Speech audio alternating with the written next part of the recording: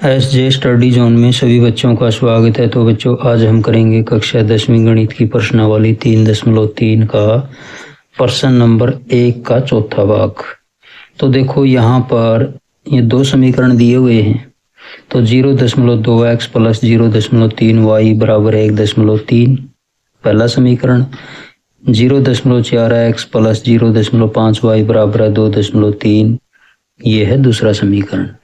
तो देखो यहाँ पर पॉइंट दिए हुए हैं, तो इन पॉइंट को हमें हटाना है।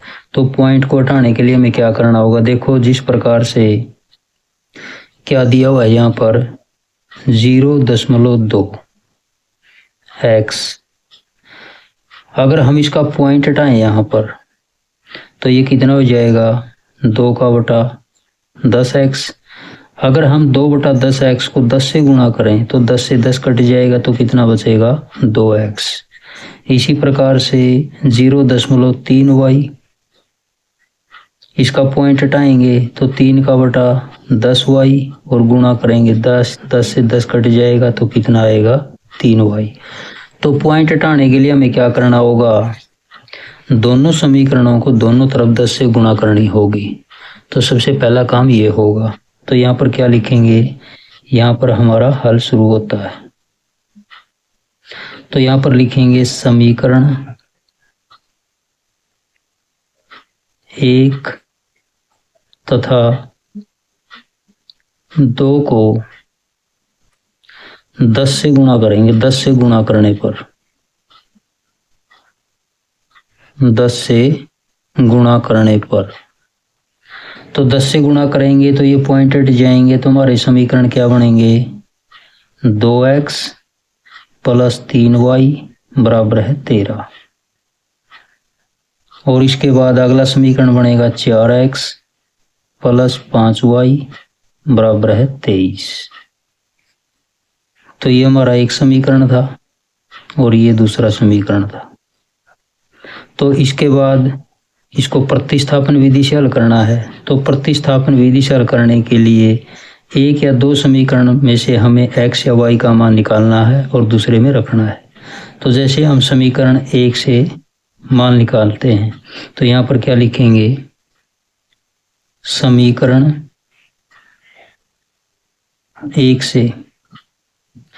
तो समीकरण 1 क्या दिया हुआ है, देखो यहाँ पर 2x प्लस 3y बराबर है 13। 2x बराबर है 13 प्लस का 3y साइड में माइनस का 3y हो जाएगा और x बराबर हो जाएगा 13 माइनस 3y, 2 गुणा में साइड में ये भाग में हो जाएगा। तो ये आ गया x का मान। तो इसको हम बना लेते हैं समीकरण 3। ये निकाले हमने समीकरण 1 से। अब हमको इसको रखना होगा समीकरण 2 में। तो यहाँ पर क्या लिखेंगे, x का मान समीकरण 2 में रखने पर,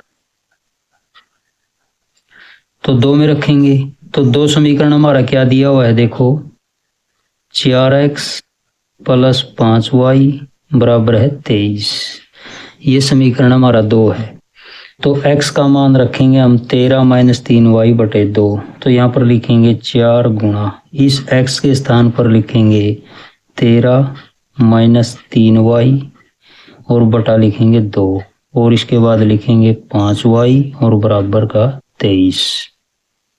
तो देखो यहाँ पर 4 और 2, तो 2 दूनी 4 कट जाएगा। तो यहाँ पर ये कितना होगा 2 की गुणा करेंगे पहले 13 के साथ और माइनस 3y। तो 13 दूनी 26 माइनस 3 दूनी 6y प्लस का हो जाएगा 5y, यहाँ पर ये दिया हुआ है और बराबर कितना 23। तो इसके बाद देखो यहाँ पर 26 माइनस का 6y प्लस का 5 तो माइनस का 1y बच जाएगा और बराबर कितने 23।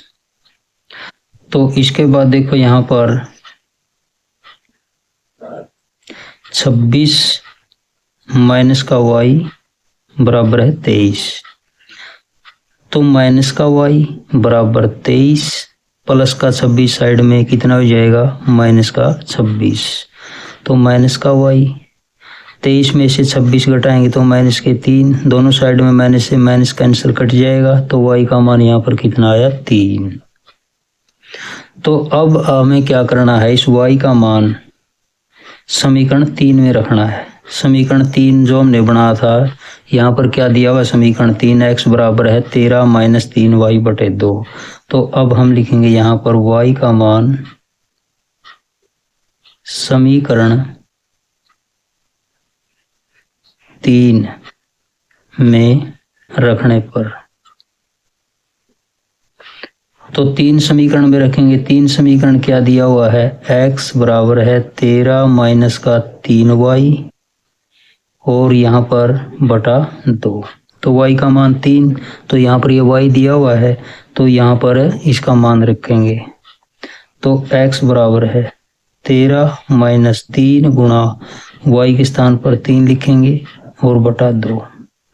तो ये कितना हो जाएगा, x बराबर है 13, 3 की और 3 की गुणा 9 और बटा कितना 2। तो 13 में से 9 घटाएंगे 4 बटा 2, तो 4 को 2 से भाग करेंगे कितना 2। तो देखो अब हमारे दो मान आ गए यहाँ पर x और y के। तो यहाँ पर क्या लिखेंगे, x का मान कितना है यहाँ पर 2 और y का मान 3। तो ये हमारा राइट आंसर हो जाएगा।